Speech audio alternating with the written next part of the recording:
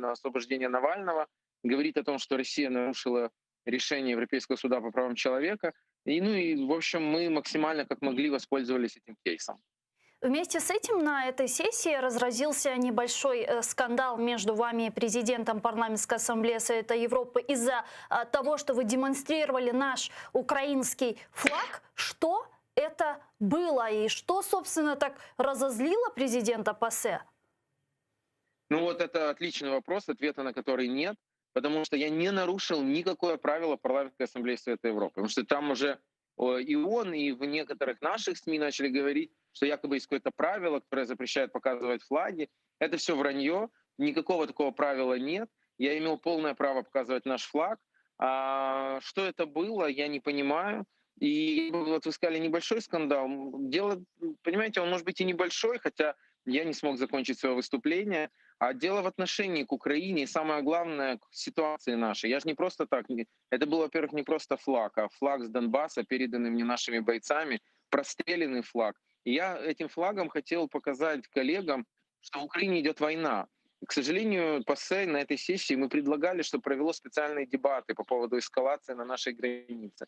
Но ПАСЕ это не сделало. И потом приняло решение, там, Strategic Priorities of the Council of Europe, был такой доклад, то есть это стратегические приоритеты Совета Европы, и в этих стратегических приоритетах не оказалось пункта о территориальной целостности государств-членов Совета Европы. А что тогда является приоритетом этой организации?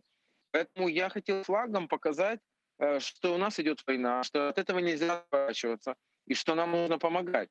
И поэтому случай этот вопиющий. Более того, они пытаются сейчас на меня дисциплинарное взыскание наложить, непонятно за что.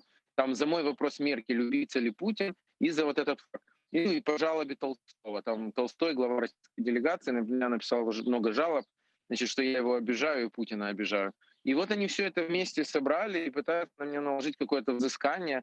Я считаю, что это абсолютно возмутительно. Сегодня тот самый Толстой, который после резолюции по Навальному сказал, ну извините, что взяли не литературно, он сказал, засуньте в общем, себе свое решение куда хотите, нам вообще все равно на ваше решение, и мы никого не собираемся отпускать, и плевать мы на все хотели.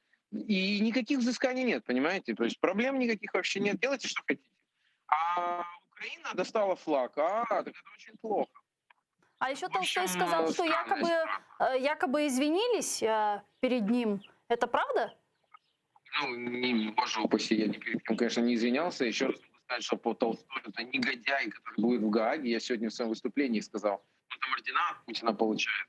Главная его награда его ждет впереди. Международный трибунал в Гааге. И его, и Путина.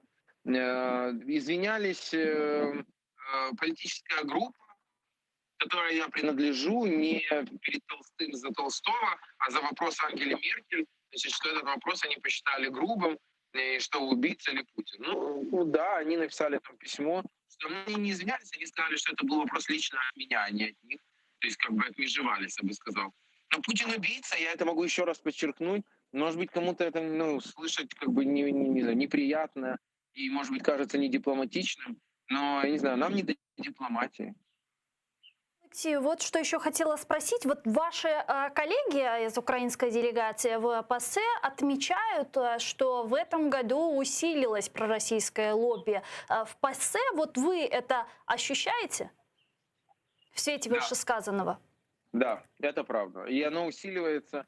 Мы это уже проходили, когда-то, если помните, был президентом ПАСЕ такой Педро Аграму, Мгм. абсолютно пророссийский товарищ, и мы тогда в 2016 году добились его отставки. Сейчас, к сожалению, я даже не вижу сил добиться отставки.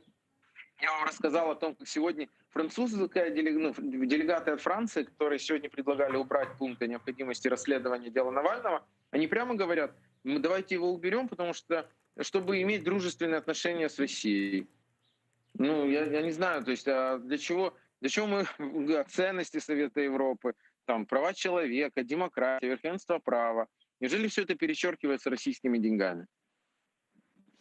И последнее. Сегодня министр обороны России Шойгу заявил об отведении российских войск с завтрашнего дня от границ Украины.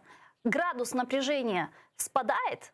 Как вы расцениваете? Градус напряжения спадает. Я, как только произошел звонок Байдена Путину, я на своем телеграм-канале написал, что все, эскалации до саммита Путин-Байден не будет. Потому что это и было целью Путина добиться, чтобы с ним сели разговаривать, как там мир поделить. Я уверен, что такого разговора не будет. И Джозеф Байден, кстати, который прямо назвал Путина убийцей, без всяких стеснений и дипломатии, и правильно сделал, за что ему большой респект. Так вот, не будет он с ним делить мир, но Путин хочет как бы сесть вот как такой, знаете, сверхдержавы, должны сесть, поговорить. И вся эта история с эскалацией была, собственно говоря, вот таким «позвони мне, позвони», что он, собственно говоря, и реализовал. Вот. Поэтому с момента этого звонка я понимал, что как минимум до саммита эскалации не будет. На Украине не надо расслабляться, потому что саммит пройдет летом, а что будет после, никто не знает. Украине надо это время, эту передышку использовать полностью, укреплять вооруженные силы, укрепляться дипломатически, получить статус основного союзника США вне НАТО. То есть все сделать, чтобы быть готовыми к агрессии России.